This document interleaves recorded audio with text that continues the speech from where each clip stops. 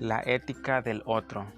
Un tema muy importante e interesante a la vez en la filosofía de Levinas. Pero lo primero que tenemos que saber para comprender la filosofía de Levinas son los acontecimientos importantes y que marcaron su vida en el pasado. En el caso de Levinas, tenemos que ponernos en su lugar y pensar en 2 guerras mundiales para entender su filosofía, pero también tenemos que tomar muy en cuenta un elemento clave, el cual es su religión.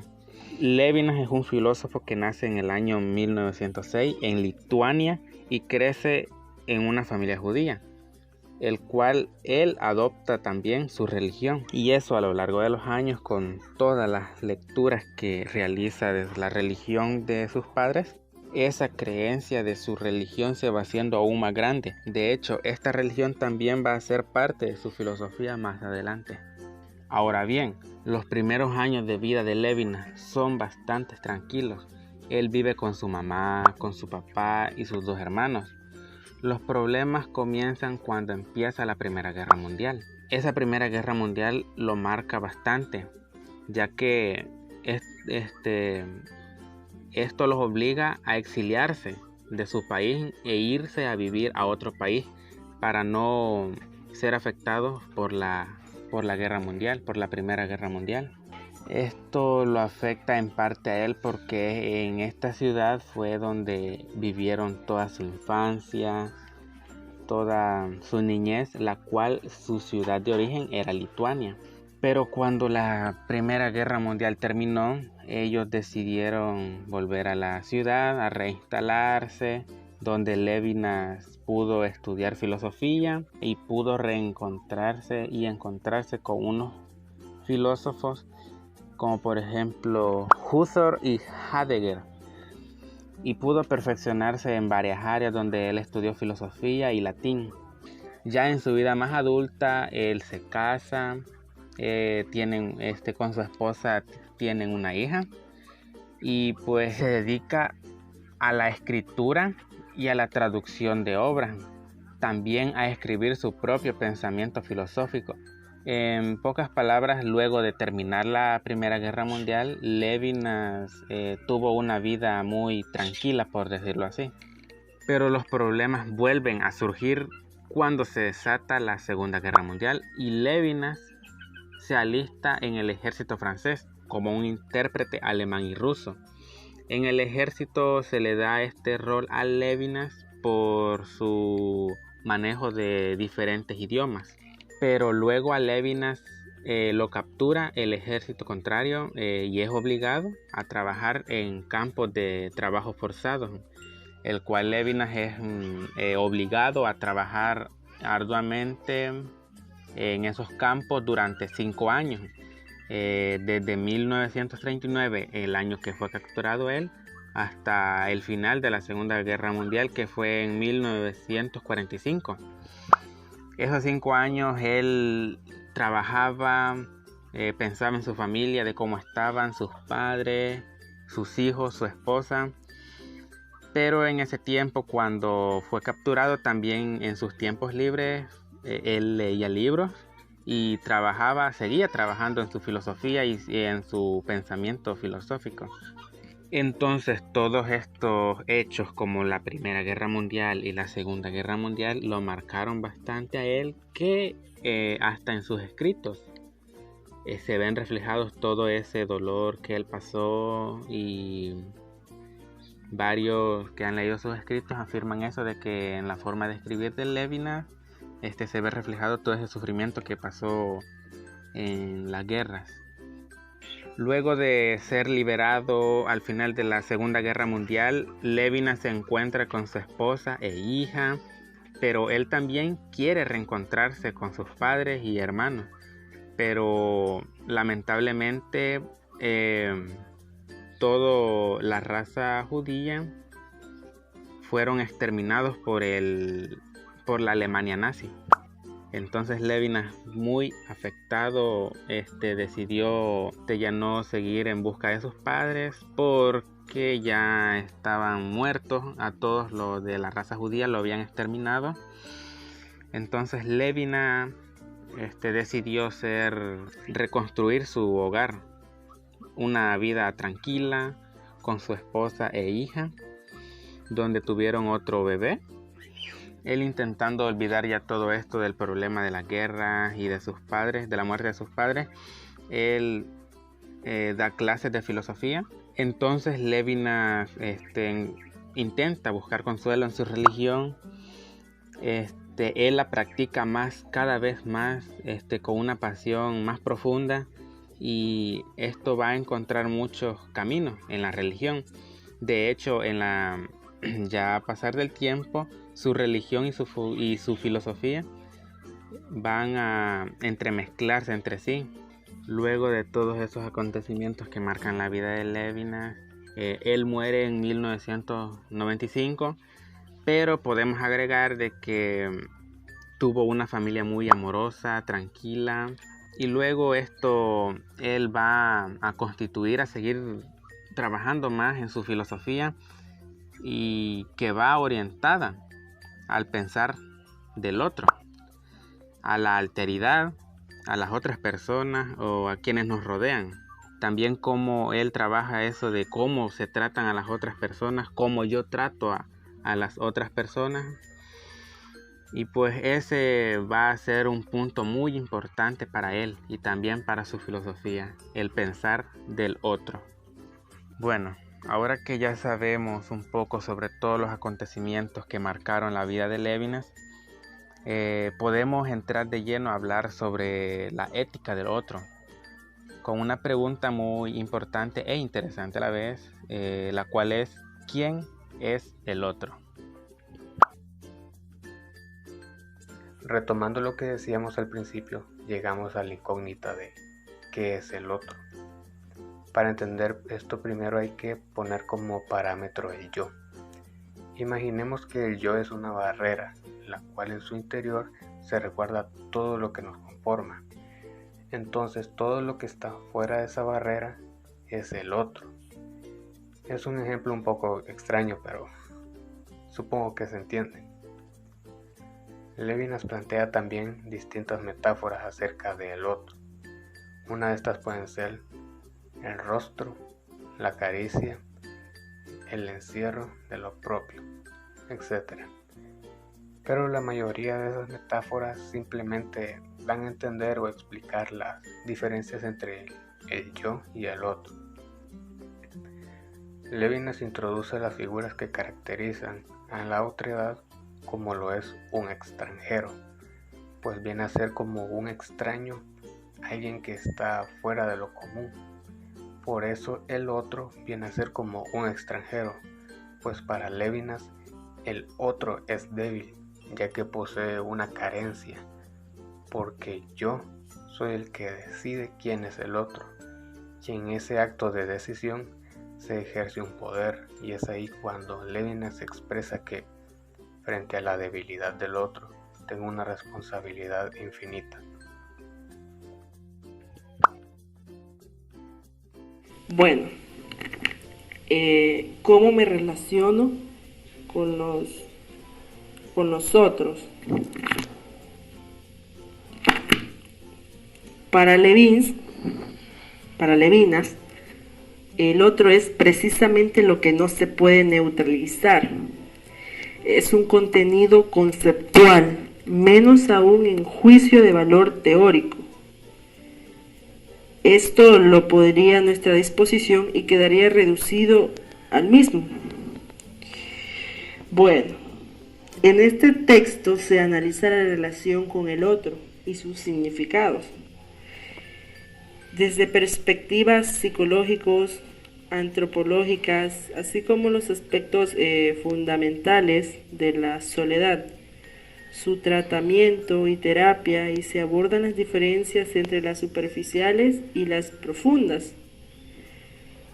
Un ejemplo de esto, de la relación con el otro, se puede decir como yo estoy acá.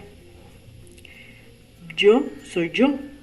Los otros pueden ser mis compañeros, la licenciada, mis padres, una casa, un árbol. Lo que está a mi alrededor son los otros y la relación que yo tenga con cada uno de ellos. O la interacción que haya entre yo y los otros, la interacción que yo tengo con las personas, eso es un ejemplo, porque los otros puede ser el universo y todo lo que está en el universo. O sea, los otros, bueno, en definición, otros es algo que no soy yo, porque yo soy yo, no sé, otros puede ser familia, etcétera, ¿verdad? Bueno, el concepto de relación tiene múltiples usos. Se trata, por ejemplo, de la exposición que se hace de un hecho, un relato. Y ahí se puede ver algunas conclusiones que da Levinas. El punto de vista que tiene el pensamiento ético de Emmanuel Levinas para el comportamiento del ser humano es enriquecedor para la relación interpersonal, ya que nuestra sociedad, debido al individualismo, al materialismo, al hedonismo y relativismo ético, nos hemos olvidado de que somos seres relacionados por la naturaleza. Esto quiere decir que nos hemos basado tanto en ser materialistas, en no trabajar en grupos, sino nosotros mismos, donde vienen todas estas cosas negativas, el hedonismo y el relativismo. O sea, todo esto hace que los humanos nos olvidemos de que nosotros somos por la naturaleza, de que nosotros trabajamos en equipo, de que nosotros nos basamos más en los sentimientos que en lo material, etc. Esto nos lleva a tomar conciencia que no estamos solos en este mundo, existimos para ayudar al otro y a cada persona que necesita de nuestro servicio y de nuestra responsabilidad ante sus necesidades. Es decir, como ya he dicho, nosotros estamos diseñados para ayudar al prójimo, para ayudar a las personas. ¿Te hace falta esto? Toma, te ayudo, etc. Nosotros no somos individuales. O sea, por ejemplo, nosotros no podemos estar solos. Es imposible. El ser humano es una persona que se comunica, que se comunica con otros, que tiene interacción, porque así fuimos diseñados. No es que vamos a ser solitarios, por ejemplo, en una playa y vamos a estar bien. No vamos a estar bien, porque el ser humano está diseñado para ayudar a otros, para tener contacto con otros seres humanos. Bueno, en la constitución del mismo, yo, y en él, presencia del otro. Para que haya una relación entre él y el otro, primero el yo tiene que constituirse, construir su casa y ser un yo maduro o adulto, porque solo así podrá responder al llamado de otros. Levinas deriva el principio de su ética de la experiencia del encuentro con el otro. El encuentro cara a cara es la relación inevitable en la que la cercanía y la distancia de la otra persona logran sentirse y tener un efecto.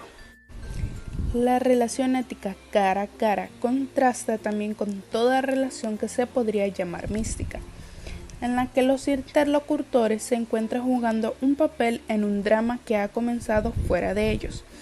El rostro en el que se presenta el otro no niega ni viola al mismo, quien también es un otro. Los dos interlocutores permanecen al mismo nivel, terrenales y reales. Para Levinas, el tener el rostro del otro frente a uno mismo genera un sentimiento de compromiso, ya que se tiene noción de la existencia del otro que forma parte del mismo y sus experiencias. Por eso nace la necesidad de prever por el otro. A su vez, la revelación del rostro hace que se reconozca la trascendencia y heteronomía del otro. La metáfora del rostro es la que explica la alteridad del otro y ese poder radicado en su rostro donde se manifiesta la miseria, el dolor impregnado en arrugas y cicatrices, la explicación material del sufrimiento de ese otro al cual estamos suscritos, o como mejor lo explica Eco, es el otro, su mirada, lo que nos define y nos forma. Levinas en todas sus obras nos da a entender esa importancia trascendental que tiene el ser humano frente a otro ser humano y esa necesidad inalienable de mancharnos, impregnarnos, llenarnos y hasta mancillarnos de ese todo que conforma a nuestro otro. Cada rostro desde su finitud, desde su existencia concreta, presenta una demanda de comprensión y justicia. Una demanda infinita en este libro. Eco cita una reflexión de Italia Mazzini, que inmediatamente nos remite a esta idea de Levinas sobre la infinitud de nuestra esencia encarnada en el rostro del otro y que resume de forma sencilla lo que ha tratado de esbozar aquí. La esencia de la vida, el amor, la muerte, todo lo que subyace con ellos, se ve reflejada en el rostro del otro. Nuestro complemento, el yo mismo, visto a través del espejo.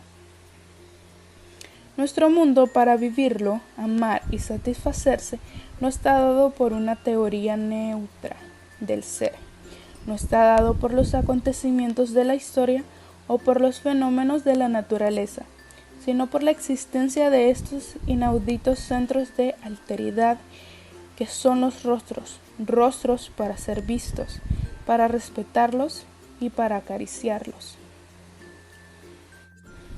El conflicto con el otro es porque me cuesta comprenderlo y aceptar la diferencia del otro, y es mucho y más complejo incluso porque hasta cuando lo comprendo al otro, muchas veces en ese acto en el que lo termino de comprender, en el que quiero entenderlo también de algún modo, lo estoy obligando al otro a que deje de ser quien es y encaje, o necesito que el otro sea. Entonces, a la filosofía, cuando entiende estas complejidades y estas paradojas, decide definir al otro de un modo muy particular. El otro es un otro porque no me cierra, no tengo manera ni siquiera de definirlo con palabras, por eso lo pongo en ese lugar de tanta alteridad. Para nuestro filósofo, el rostro del otro no es objeto de un pensamiento por el cual el otro es un dato, en el sentido de que es un objeto capturable de una verdad que se concibe como si fuera una simple adecuación. El otro no es un simple dato que se aferre y quede estático e inestable. El otro se impone con su alteridad, me mira y me mira una vez más, alejándose de la idea de que tengo de él en la mente. Dice Levinas, nosotros llamamos rostro al modo en el cual se presenta el otro, que supera la idea del otro en mí. Levinas rechaza la versión de la fenomenología defendida por Husserl, en la que el sujeto se constituye en agente donador de sentido, pues para él el sujeto no es ni siquiera alguien constituido, sino que el sujeto se constituye en la medida en que se entra en relación con el otro. El otro es siempre anterior a mí. La metáfora del rostro es algo, digamos que cuando se nos acerca, se expone ante mí el rostro del otro en una cercanía que sin embargo termina por ser inalcanzable. Nada es más cercano a mí que el rostro de otro.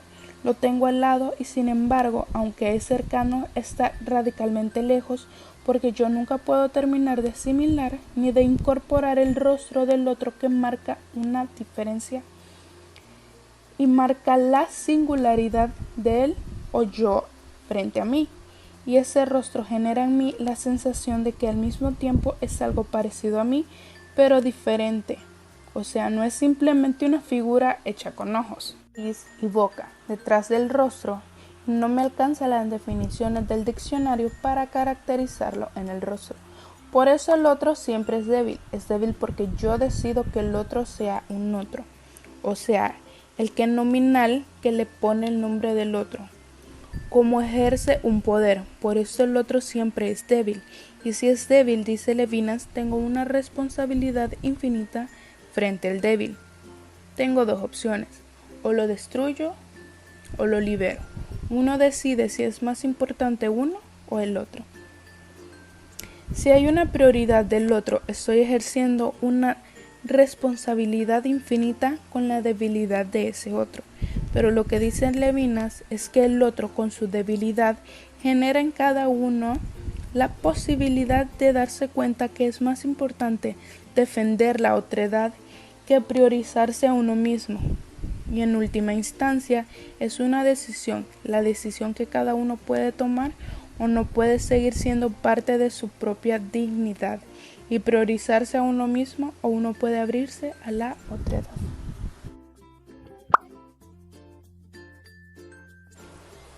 Continuando, hablaremos de las figuras de la debilidad para hablar del otro. Dice Levinas que las figuras que mejor caracterizan a la otredad son las figuras de la debilidad, unas figuras que trae de la Biblia la viuda, el huérfano y el extranjero. 3 figuras en las que faltaba el sostén. Vieron a la viuda que le faltaba el sostén del esposo, que en ese momento era una sociedad en la que el hombre de algún modo era el administrador, y el que era el sostén de la familia. Al huérfano le faltaba el padre, y tal vez la figura más emblemática de la debilidad era el extranjero. El extranjero porque le faltaba el sostén de su patria. Pero aparte, la palabra extranjero es una palabra que excede una nacionalidad. El extranjero es el extraño, es el que no es parte de lo común, el que no es parte de lo que todo el mundo hace. El otro es siempre un extranjero.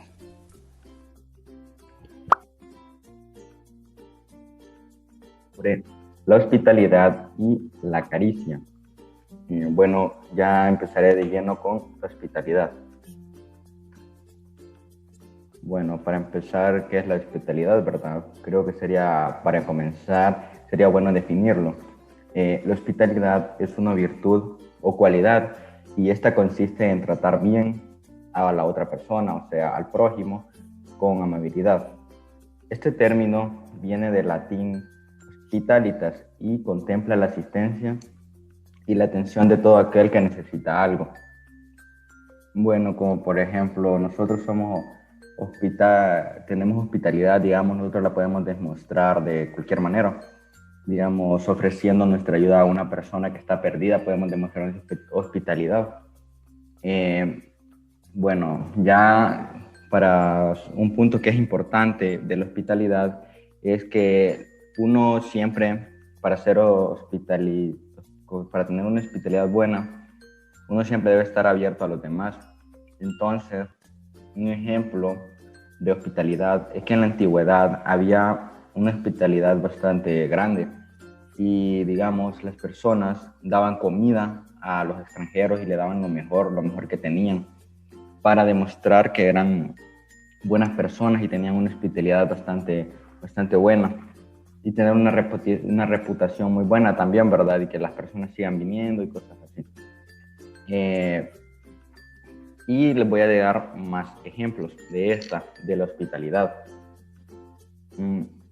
Por ejemplo, el primer ejemplo que sale aquí es que un cantante, digamos, viene aquí a San Miguel, ¿verdad?